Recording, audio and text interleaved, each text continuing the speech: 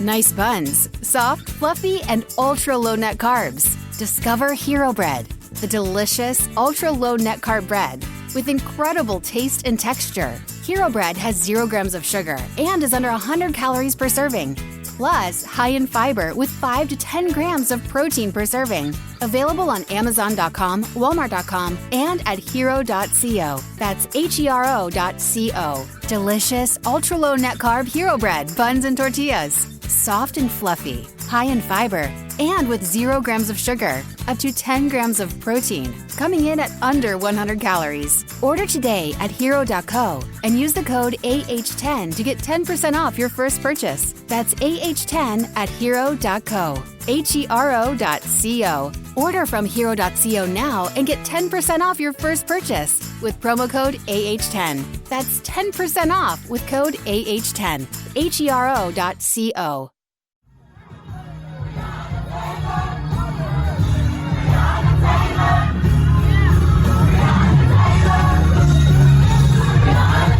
This is Make It Plain. MIP With Masamela Matfumo. Mark Thompson. Make It Plain. Get woke.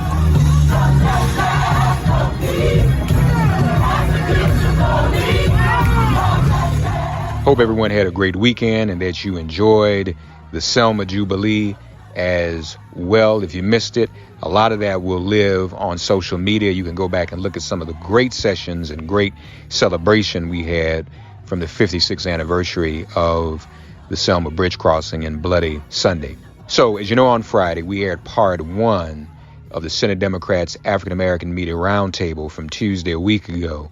Here is part 2. And if you look in the description, you'll see some of the topics and some of the senators who were speaking, but addressing some of the issues that African Americans are most concerned about, as brought up by African American media like yours truly. Enjoy. Reverend Mark Thompson. Good morning. Thank you for having us, everyone. Senator Booker, you were talking about alternatives to legislation you could bring to the floor, but I wasn't clear whether you were talking about justice and policing or reparations or both. If you could clarify that. Just on reparations, are there any of you who are not co-sponsors? If not, why? I know this is multi-part, but if you need to cut some of it, feel free. Where are we on $15 and the parliamentarian and the filibuster? So let's go. I'm going to cut some parts. Let's go with $15 minimum wage. Mark, I will talk to you about reparations and the status of that bill, because a lot of folks still don't think even had time to look at it in this new Congress. So let's let Chuck answer about $15 minimum wage. And let's keep moving on. Look, I am firmly for the $15 minimum wage. The vast majority of my caucus is for the $15 minimum wage. And we feel very, very badly. We think the parliamentarian made a terrible decision. And there will be a vote on whether that whether we can voice our displeasure at that. In terms of how we proceed after that, we are going to keep at it. Again, the ability, even with 50 votes, of the Senate majority to put bills on the floor is very real.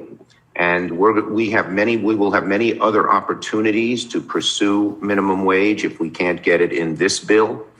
There will be a second reconciliation bill. There will be ability to put this on the floor. It's very popular with the American people. It's the right thing to do. And we're going to go at it. We're not going to let this go if it doesn't pass in this particular reconciliation bill. This reconciliation bill, is great in many, many ways. It's, what Debbie just mentioned about African American farmers, EITCC. It's the most progressive thing we have had in decades, if you look across the board, in terms of so many different things, including realizing that communities that have been traditionally left out should get a special focus. But that doesn't mean our job is done. We have a lot more to do on many of the issues you talked about, Reverend Thompson. And Cory, I just want to add, Senators Hassan, Cantwell, and Ossoff has joined us. Fantastic. Why don't we go to Tia, if you can? And Madison, why don't you be ready on deck?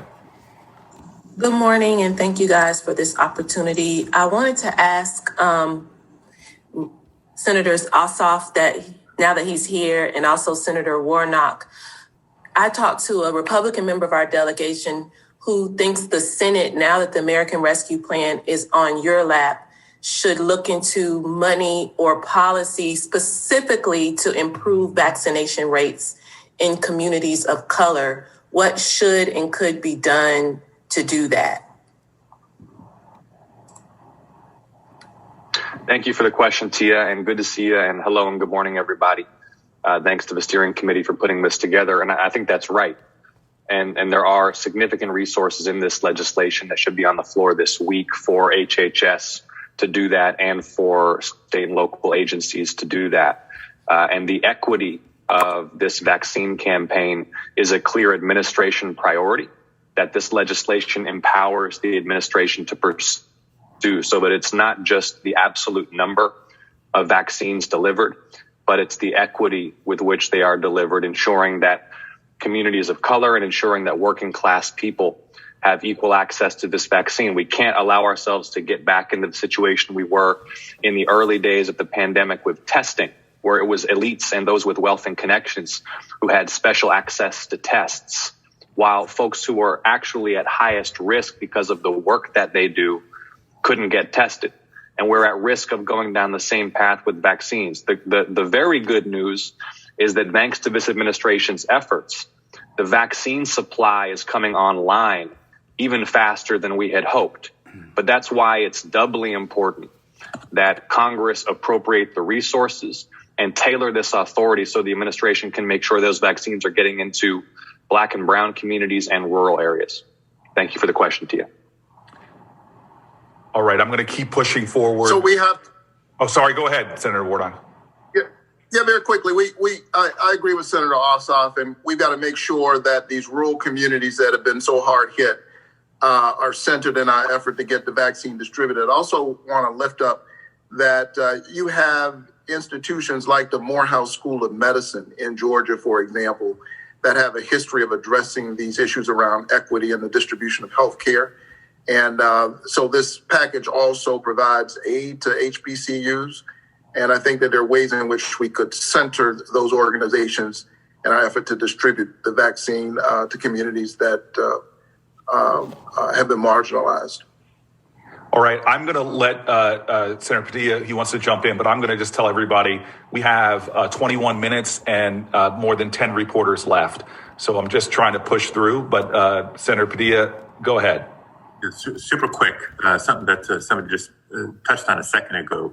You know, we're bringing the resources to our respective states.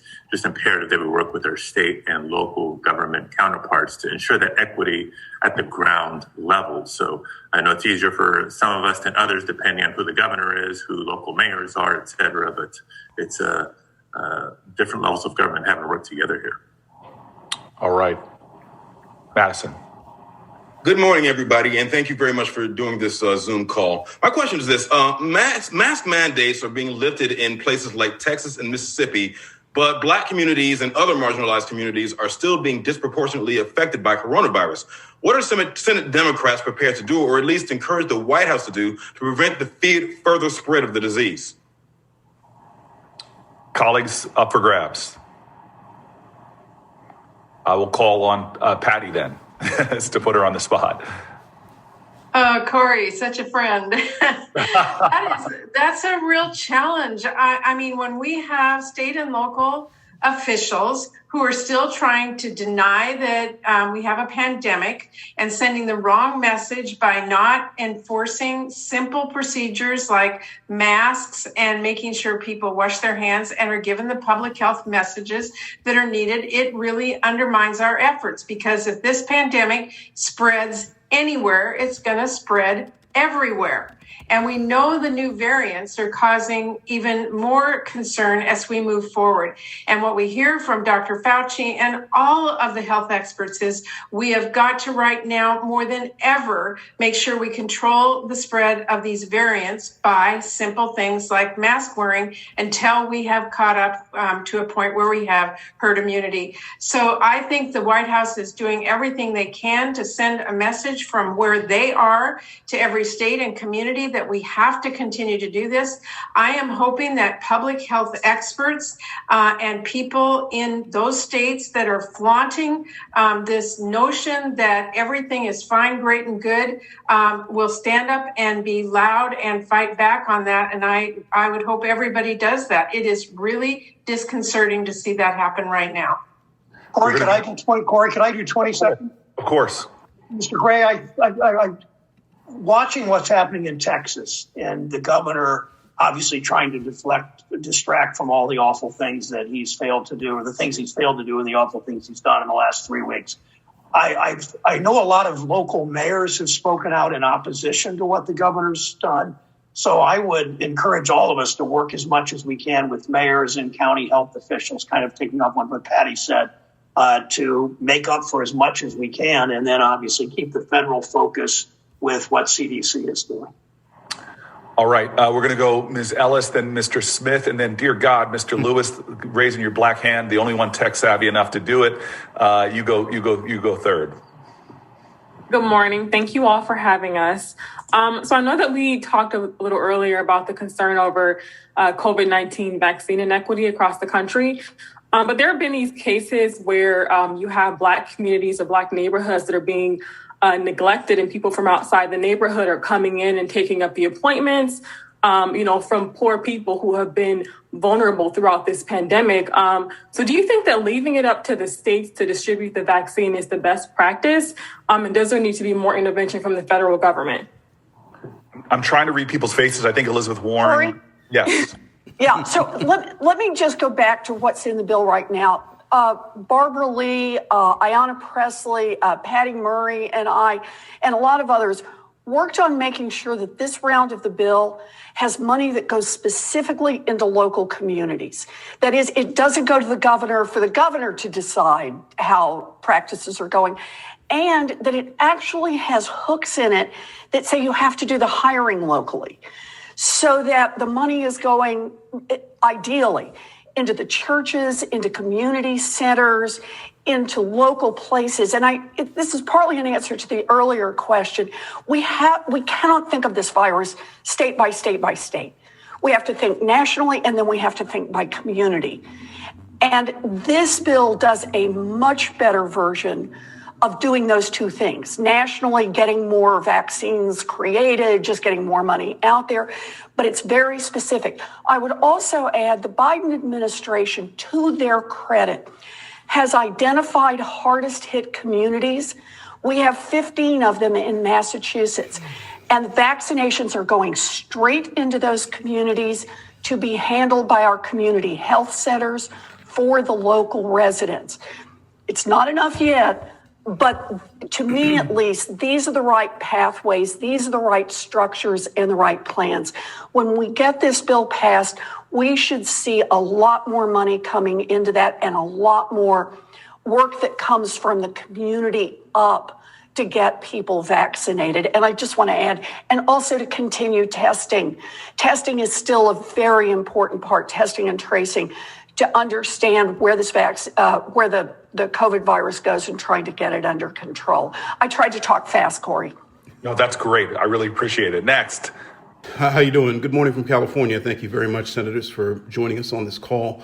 I wanted to ask specifically about the Paycheck Protection Program that was passed last year, which, of course, allowed unequal access to government funds for specifically minority-owned businesses. I realize that this bill for farmers may go some way to address that, but there have been some criticisms about the bill now before the Senate, the $1.9 trillion assistance bill, in that it may lack protections to prevent exploitation. Can any of you speak to that? Does anybody want to address that issue? Chuck, would like to. Cory. Go ahead. So one of the things we've done, Mr. Smith, to try and, the first bill, the PPP, was scooped up by the big boys, if you will, people who had lawyers, people who had bankers, et cetera. So we've done 3 different things to try and rectify that now that we're in control. Probably most important, we have put $15 billion into CDFIs, Community Development Financial Institutions, and MDIs, Minority Development Institutions. Their job explicitly is to go to smaller and minority-controlled businesses, nonprofits, et cetera, and help them get into the application process. They are really well equipped to do this. They just never had the capital. They never had the personnel. And a $15 billion infusion is huge to make that happen. And that should permanently change things, because once these CDFIs and MDIs, this is not just temporary. This is a permanent change. And once they're set up in the communities, they can be a link to help so many of our small businesses, minority-controlled small businesses. They have a bank account, but they don't have a banker. They don't have an accountant. They don't know how to get into these programs. That's number one. Number two, we have set up the PPP program so that the smallest businesses for the first month are the only ones who can apply. So they won't be crowded out by the big boys. And we've gotten rid of all these chains that used to apply, Arby's or, Red Lobster and all these chains that used to come in and take the money before they did. And third, the EIDL program, which has been particularly successful, the Emergency Development Loan Program, which is a grant. We've put a set aside just for small and minority businesses there. So I think in this new bill, which is the first one we're really controlling, you'll see a big difference because we've worked with leaders in the minority small business development area to rectify what Trump did. He didn't give a hoot. He just, gave the money out. I would use a different word in Brooklyn instead of a hoot, but I don't want to do that on this public Zoom. But we are rectifying it. I think you're going to see a real change. And we also asked them, just to reiterate, to reach out to some of the churches too, because they don't have the ability to do this. But I think it'll be much, much different than before, because we realized how badly the first program was, PPP, that came out in March, for our minority businesses and our smaller businesses. Hey peeps, it's your girl, Danielle Moody, host of Woke AF Daily. Every weekday, I'm sounding the alarm and keeping you woke to all the pure evil that is going on in our country. Check me out now at patreon.com/wokeaf. Get 5 new shows every week for just $5 a month. Get woke and stay woke as fuck. And I just want to say, Chuck, we got a lot of the change done. Kamala Harris, Mark Warner, myself, you, to get the expansion of the minority development institutions and the CDFIs in the last bill. This bill has even more things that are going to be helping Black businesses that are really exciting to me, including better targeting of the resources towards smaller businesses. So there's a lot here, and I know we can break that down to you more when we have time. And right. I think Senator Cardin had to get off, but we do want to thank Senator Cardin for his work with this. I'm so sorry. It wouldn't be done without him. He was a leader. Yeah. He was leader of the committee. Thank you, Amy. Adam, you're up. I'm sorry. We got to go. I gave all that love to Phil before, so you're next, sir. Okay. Thank you. And good morning, everyone. Thanks for this time. So the student debt crisis has hit Black borrowers especially hard. And Biden seems to have ruled out the push to forgive up to $50,000 in student loan, federal loan debt per borrower. So is there like a plan to keep pressuring him on forgiveness? Yes. Let me, and Elizabeth and I will answer this. I am passionate about this. And this is an issue of racial equity as well as just fairness. I mean, students are just totally loaded with this debt. Elizabeth has great numbers. 28% of the wealth gap between Black and white is due to student debt. And if you are white and you have debt and you get out of college, the odds are 90% you'll have paid it off in 15 years. The odds are only 10 or 15% if you're Black. So many of these horrible, disgusting for-profit colleges took young people whose families had no experience with college, duped them, saying, take out these student loans and we'll get you a degree and you'll make a lot of money. And they, of course, never got them a degree. It is not true, I think, that the president has given up on this. Elizabeth and I talked to him, and we have great Ayanna Pressley in the House, Jim Clyburn in the House, and three passionate people, our new three freshmen from New York, Mondaire Jones, Janelle Bowman, and Richie Torres, are leads in this. And we are continuing our campaign with the White House. They say that they may not be able to do it. Our lawyers have proved they can do it. And the advantage of this can be done with the flick of a pen. We don't need legislation. And it would take a huge burden off a huge percentage of young people, particularly young people of color. Elizabeth? Oh, I'll just add, Chuck is a fabulous leader on this issue, truly passionate. We are not giving up. Yes, we have a plan. And the plan is you, Mr. Lewis, and everybody who's on this call. We have not given up on the president. We have not given up on his administration. We're in the business about demonstrating very carefully how this is entirely legal, that debt forgiveness was done by President Obama. It was done by President Trump. It has actually already been done in part on the interest rates by President Biden, and we are going to show him how he can do this himself. But we need the outside pressure. So if you walk away with no other message on student loans, it's to say whatever you're doing to talk about it, please talk about it twice as much. Please keep raising this issue. And I want to say a special thank you to Sherrod Brown. Tomorrow, the Banking and Housing Committee is going to have a hearing about the racial wealth gap.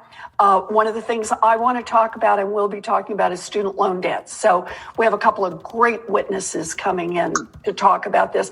But please, please, please, this is one the president can do by himself.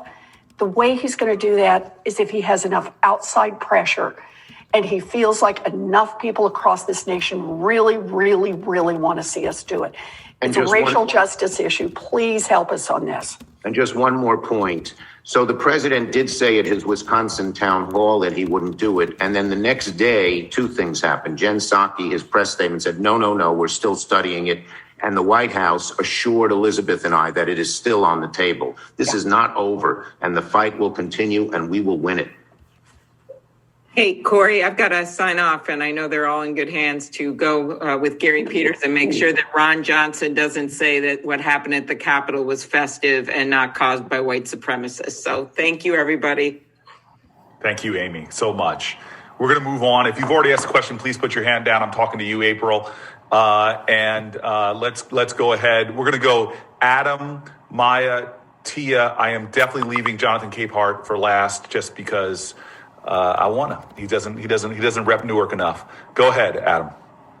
Thank you so much, Senator Booker, and thank you all for doing this. What we're kind of facing in terms of school reopening and equity in kind of needing to catch students up in learning loss seems to be kind of the broader story of educational inequity in miniature. So I was just wondering, how are you all factoring that into this current package? And then how do you ensure that it remains an integral part of policymaking heading forward? Cory, you want me to answer? Please go ahead, Patty. Yeah, thank you for asking that question. I am so concerned about the inequities that are happening in education today across our country because our kids have been out of school. Obviously, we all want our kids back in school. We want it to be done safely. A critical piece of the package that we have in front of us is the funding for education, which will give the schools the ability to do what they need to do in terms of testing, in terms of getting teachers vaccinated, in terms of getting PPE, making sure that they have the correct ventilation. And then we've got to get kids back in school, but they can't do it till they have the ability to do it. And once we have them back in school, it's not just to say, shoo, they're back in school, but to really focus on making sure we are assessing where kids are and getting resources to those kids who have been left behind, either because they don't have connectivity at home, which many many of them have been challenged with, or they have other issues that being left out of school and getting them back in school, helping our school districts with that. So there's significant funding in this package, but moving forward, we've got to have the assessments and accountability through the Department of Education to really then focus and make sure this is not just a one and done issue, but moving forward, we are dealing with the inequities, especially the racial inequities in our school in terms of learning. And Cory, could I add 30 seconds and no more, I promise. Mr. Harris, I think that when you, what's so good, the really good things in this package, we think immediately upon President Biden's signature, how do we make them permanent? The earned income tax credit, child tax credit, which Cory and Michael and I have worked on, and Ron Wyden and many others, the CDFI, MDI investment that Chuck talked about. How do we take this package and bring as much permanence to it as we possibly can? And I think we should comb through what Patty's looking at: education, healthcare, student loans, investment in communities, and figure out how we do that as soon as the ink dries on President Biden's pen. And one additional thing, if I might quickly add on the education question. Mark Warner and Angus King and Maria Cantwell and Brian Schatz have really worked hard to get some money for broadband here, internet connections, so our kids can learn. So many don't have it. There's $17 billion in this bill, again, with a focus on underserved communities. Cory, can I just add a tax point? Yes. It's especially important that the Finance Committee begin to redo the tax code to have a sharper focus on refundable approaches with respect to taxes. That's what we're doing in this bill with respect to kids and the earned income tax credit. My colleagues, Senator Booker, Senator Brown, Senator Bennett, deserve an enormous amount of credit for it. But that's something I have been hearing from communities again and again, that if you're going to get the money out with respect to taxes, it's going to have to be a refundable approach. And we're going to put a sharp focus on that, not just in this bill, but in the days ahead. Thanks, Cory. All right. Let's go next. Who's up next? I believe that's I think Maya, it was you. Yeah, I'm trying to really avoid Jonathan, so please go ahead, Maya. Well, thank you so much for doing this morning. I actually have a 2022 question. Senator Booker, you made the point earlier in this conversation about there being a lack of minority representation in the Senate. There are a number of open Senate seats, of course, in Ohio, Pennsylvania, North Carolina. Wanted to know what the thinking was around that. If you started to recruit candidates there, especially candidates of color, and if you've been in any conversations with those who have already started to tease their runs or thrown their hat in the ring. So I want to just first say that my problem when I came to the Senate was a lack of minorities, period. And this is where I'm so grateful for Chuck Schumer. Me and Brian Schatz went to him years ago, and just Chuck stepped up and delightfully encouraged us to really help to bring about some changes to even just the Democratic Caucus. So to his credit, under his leadership, he built on some of the things that Harry Reid was doing, which meant instituting the Rooney Rule for top positions. And when you're interviewing for leadership on staffs, every senator now has to publish on the Democratic side the diversity statistics of their staffs. And what we've seen as we've measured this is a lot more African Americans, Latinos, AAPI Americans, and women getting into positions of importance and authority. The second thing I'll say is on the campaign side, which I can be cut off by Chuck Schumer if I'm not supposed to be talking about this in this meeting, but the DS has taken a lot of concerted efforts to diversify everything from its staff all the way to the hundreds of millions of dollars that are spent in campaigns with with minority vendors and the like. And then finally, with candidate recruitment, this is a very important thing to me. It is stunning that we've only had 2 black women in the United States Senate. And so again, Senator Schumer, myself, and others are really talking openly about candidate recruitment as we look at not just this cycle, 2022. And as you know, there are people of color already announced in primaries in states like Pennsylvania, but also to begin to look at senators that might be interested in retiring in the future and who are there Black candidates, House members, members of the CDC that we can begin to recruit and encourage. So I'm determined, along with a lot of my colleagues, to see a lot more diversity in the Democratic Senate caucus. And I think, and I'm actually really proud of the team that I have as amongst fellow senators that share that passion and are taking measurable steps to try to make that diversity be Just real. one other quick point, Maya. It's not just in the Pennsylvanias and Ohio. Georgia taught us something. We should be winning with African American candidates in the South. Mississippi has a 38% African American population. There's no reason we shouldn't be able to win in a state like that with a strong African American candidate. North Carolina, South Carolina. This is, the Great Plains had 6 Democrats when early in my time. North Dakota, South Dakota, Nebraska. Now it has 6 Republicans. The only way we're going to keep a strong majority is by encouraging candidates of color in the South and in the West, both Black and Latinx, and we are aiming to do that. And I just want you to know that, Tim Kaine has told me one of the best ways to get diversity is to keep what you got. So he's in charge of the Keep Senator Warnock in the Senate effort. So I'm grateful for his leadership there. Senator Warnock is the deputy in that group. All right. Thank you, Maya. Do I have to go to Capehart? Is there any other reporter that might want to ask a second question before Jonathan Capehart? Cory, Patty here. Can I say one other thing about school funding, because this is going to happen here in the next several days. We feel very strongly as Democrats that we need to get our schools open and get our kids back in school and to do it safely. We have money in the bill that's coming before us to do that. One of the things the Republicans are really going to be pushing is amendments like you don't get the money unless you open your school.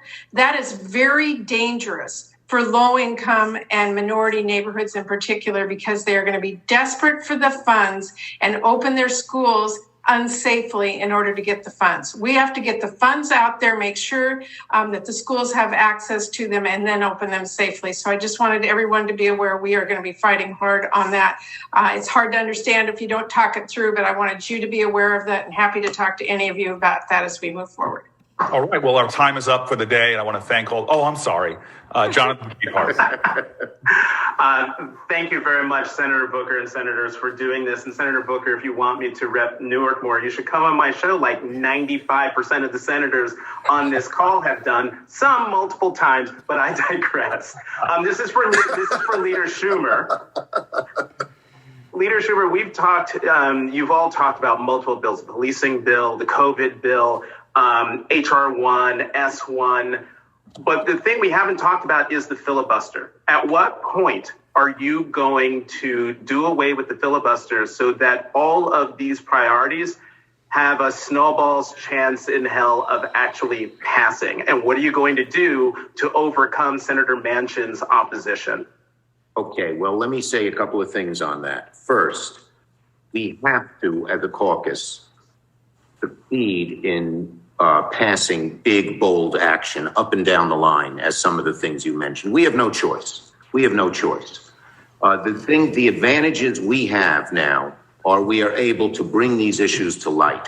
They will not be shoved into a garbage can, which is what Mitch McConnell did. We can have hearings, we can have votes on the floor, and we have the president who can push for this. And our caucus is committed to that. And we're going to have to figure out the best way to get there. Failure is not an option. As many people have said, no option is off the table. And as we move forward, first, we're doing this American Rescue Plan. And second, the president wants us to do the Build Back Better. But once we pass those, we are going to focus on just the issues you're talking about. And I will tell you this. We are going to succeed. We are going to succeed. One way or the other, we're going to succeed. All right. I want to thank everybody, except for Jonathan, who called me out. Your show is too damn early in the morning, man. You should have Get up! You should have an evening cocktail show. Did you like him better, Cory? Did you like him better when he worked for the Daily News in New York? I did. He was a much better reporter when he covered just us, Chuck, up in the New York region. Even then, I had more access to Senator Schumer. I know Gillibrand is your favorite, so stop it. No, Senator Booker. Well, that's true. No, Senator Booker said it was too early. He didn't say he couldn't be on the show because he was in church. Did you notice that? Thank you. You heard that? Okay. We're going to wrap up, everybody. I want to thank my colleagues for being here. I want to thank Senator Schumer for his leadership, but most of all, I want to thank the journalists that are on. We really value you. We know how difficult things have been for journalists, especially over the last 4 years. We look forward to continuing to work with you and trying to advance issues important, not just to the African American community, but really to our country as a whole. And I'll say as a final word, just hallelujah, amen. Let's pass the collection plate and go off to brunch. Take care. Bye, John. Thank you, everyone. Thank you for being on the call. Thank you so much. Appreciate you all. All right, thank you. Thank you for having us. Thank you, Senator. Thank you, April. Put your seatbelt on. Thank you. Thanks for getting woke and listening to Make It Plain. Please remember to listen, like, subscribe, and wherever you get your podcasts, please give the show a 5-star rating. And please do spread the word. Let's all continue to pray for each other during this pandemic and this police-demic. If all hearts and minds are clear, it has been made plain.